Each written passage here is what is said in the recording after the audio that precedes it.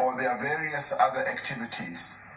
They have also provided counseling, they've provided support, they've also taken up quite efficiently feeding schemes and other social services to communities, and we commend them for this.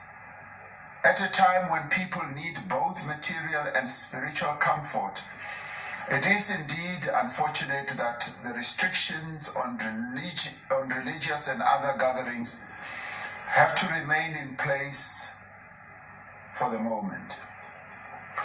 Research has identified several risks that arise from religious services and other gatherings. These include the risk associated with enclosed spaces, large groups, close proximity to others, stay for long times in one place, and loud talking as well as singing. We will continue our discussions with our religious leaders on how best to safely meet the desire of many of our people to worship in congregation while working together to preserve life. We have communicated this to our religious leaders, and we will be having further discussions with them. As schools and other educational institutions prepare to begin the new academic year, there is understandably concern about whether this is advisable in the midst of a second wave of infections.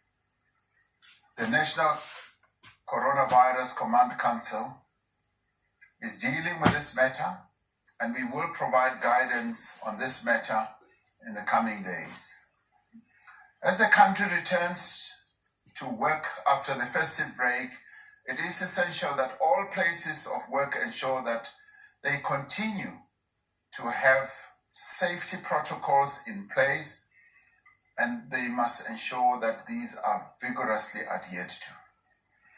Our second task, as we chart our path to recovery, is to achieve immunity across our population through a massive program of vaccination. The development of several effective vaccines is the most significant and most promising advance since the onset of the global pandemic. We've always said that an effective vaccine will in the end be a game changer against our fight to COVID-19. Vaccines offer to the peoples of the world a means to control the coronavirus pandemic. A person who is vaccinated has a much reduced chance of becoming ill and dying from COVID-19. When enough people are vaccinated, we will reach what is known as herd immunity, or what I prefer to call population immunity.